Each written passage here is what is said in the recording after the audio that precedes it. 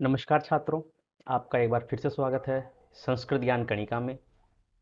जैसा कि आपको पता है कि चैनल के द्वारा संस्कृत सीखे नाम की एक श्रृंखला चलाई जा रही है। इस श्रृंखला के अंतर्गत अब तक हमने पाठ 9 पढ़ लिए हैं। अगर आपको सीखना है संस्कृत व्याकरण, वो भी आसान ट्रिकों के साथ, तो बने रहिए हमारे यूट्यूब चैनल के साथ। आज का टॉपिक हमारा है पुरुष यानी कर्ता, और उसको हम पढ़ेंगे लट लकार के साथ। तो आइए शुरू करते हैं आज का वीडियो। सबसे पहले हम पढ़ेंगे लट लकार वर्तमान काल के बारे में।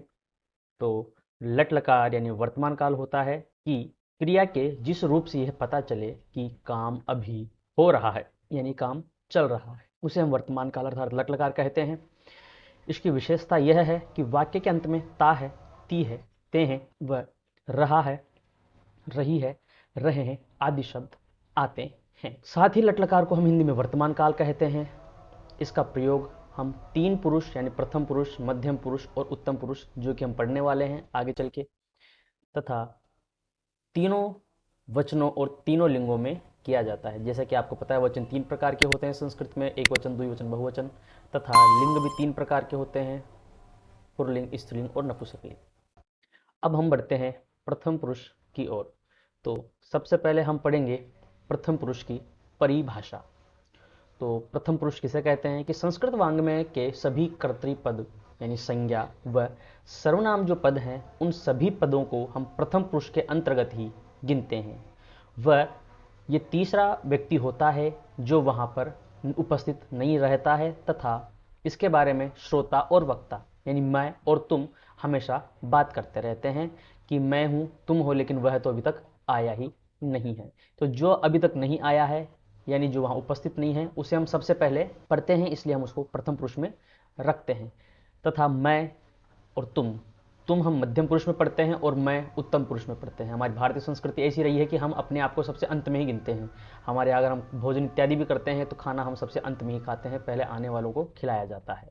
ठीक है, तो आइए आगे बढ़ते हैं। इसी के साथ विशेषताएं पढ़ेंगे हम कि प्रथम पुरुष के अंतर्गत किसी वस्तु, व्यक्ति या स्थान तथा सभी प्रकार के जो सर्वनाम पद हैं, उन्हें हम पढ़ते हैं। उत्तम पुरुष के अहम, आवाम, वयम तथा मध्यम पुरुष के त्वम और युवाम, इन सबको छोड़ करके जितने भी जो कर्ताएं हैं, इन केवल ये 6 शब्द हम यहाँ नहीं पढ़ेंगे, या इनसे संबंधित जो शब्द बनते हैं उन्हें हम यहाँ नहीं, प्रथम पुरुष में नहीं पढ़ा जाता है। इसके अलावा सभी को हम प्रथम पुरुष में पढ़ते हैं, तथा इसका प्रयोग हम एक वचन, द्विवचन और बहुवचन में करते हैं, तथा तीनों लिंगों में से पढ़ा जाता है। पुल्लिंग, स्त्रीलिंग और नपुंसकलिंग, तीनों में अलग अलग रूप से हम पढ़ते हैं। वह पुरुष है, वह स्त्री है, तथा वह फल है, इस प्रकार से। अब हम आगे चलते हैं प्रथम पुरुष के वाक्य निर्माण सूत्र की ओर, क्योंकि हम जब कोई भी वाक्य बनाते हैं या किसी भी भाषा में वाक्य का निर्माण करते हैं, तो उसके लिए एक फॉर्मूला होता है, एक सूत्र होता है। उस सूत्र पे हम चल करके वाक्य बनाना सीखते हैं। तो जब भी हम संस्कृत या अन्य भाषा में वाक्य बनाते हैं, तो हम हमेशा प्रथम पुरुष का जो कर्ता या किसी भी पुरुष का जो कर्ता रहता है, उसी कर्ता के साथ उसी पुरुष की क्रिया का हम प्रयोग करते हैं, तथा जिस वचन का कर्ता रहता है उसके साथ हम उसी वचन की क्रिया का प्रयोग भी करते हैं। जैसे वह पढ़ता है, तो हिंदी में अगर हम देखेंगे कि वह पढ़ता है, यहाँ अगर हम देखें वह पढ़ता है, तो यहाँ वह के साथ पढ़ता का प्रयोग जो किया गया है वो प्राय एक वचन का है। वह दोनों पढ़ते हैं यानी वे दोनों पढ़ते हैं, वे दोनों पढ़ते हैं, तो यहाँ क्रिया का भी में भी अंतर हुआ है, और वे सब पढ़ते हैं, तो यहाँ पर भी हम क्रिया में अंतर कर पाते हैं। ठीक है, तो यहाँ सबसे पहले हम सर्वनाम शब्द के बारे में पढ़ेंगे, और सर्वनाम शब्द सह यानी वह, और पढ़ता है यानी पठती। पठती शब्द जो है वर्तमान काल का प्रथम पुरुष का एक वचन है। द्विवचन में अगर बात करेंगे तो तौ पठतः, वह दोनों या वे दोनों पठतः यानी पढ़ते हैं। बहुवचन में पढ़ेंगे ते यानी वह सब या वे सब, पठंती यानी पढ़ते हैं, वे सब या वह सब पढ़ते हैं। इस प्रकार से हमने वाक्य बनाया, सह पठंती, तौ पठतः और ते पठंती। इनका हिंदी अर्थ अगर हम करेंगे तो वह पढ़ता है, वे दोनों पढ़ते हैं और वे सब पढ़ते हैं। अब हम बढ़ते हैं हमारे दूसरे कर्ता यानी मध्यम पुरुष की ओर। तो सबसे पहले हम पढ़ेंगे मध्यम पुरुष की परिभाषा। तो मध्यम पुरुष किसे कहते हैं? जिससे बात कही जाए, मैंने भी आपको थोड़ी देर पहले बताया था कि तीन प्रकार के कर्ता हमारे होते हैं, मैं, तुम और वह कभी भी उपस्थित वहां नहीं रहता है।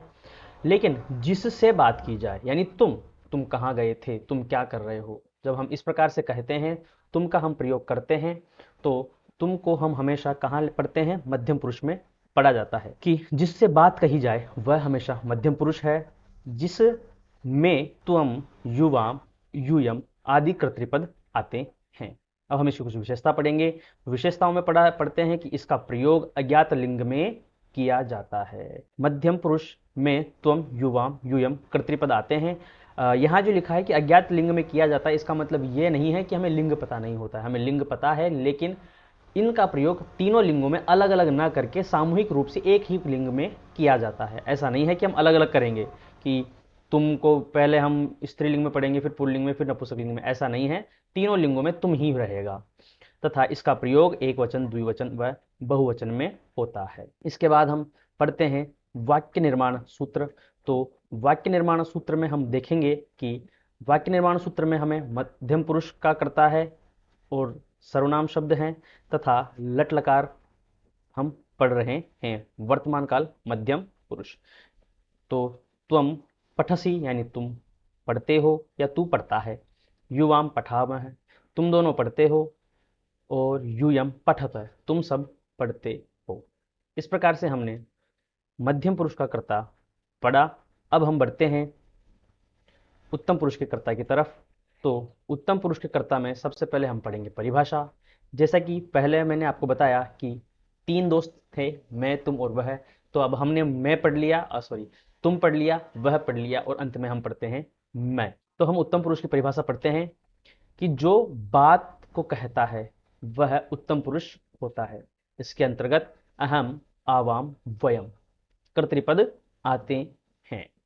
ठीक है, इसके अंदर अहम, आवाम, वयम यानी मैं के जो संबंधित है, एक वचन, द्विवचन, बहुवचन, वो इसमें आते हैं।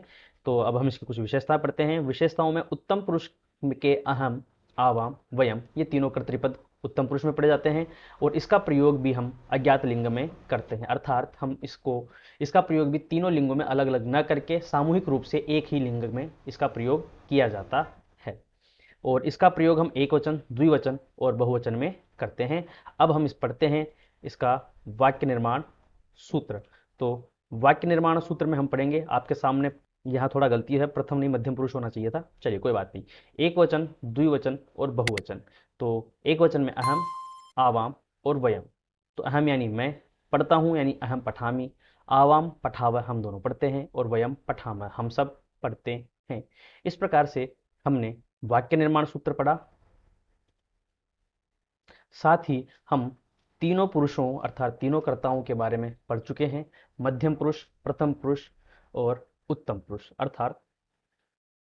साथ ही आप चैनल पर अगर नए हैं तो आपसे कहूँगा कि चैनल को आप लाइक, सब्सक्राइब और शेयर ज़रूर करें।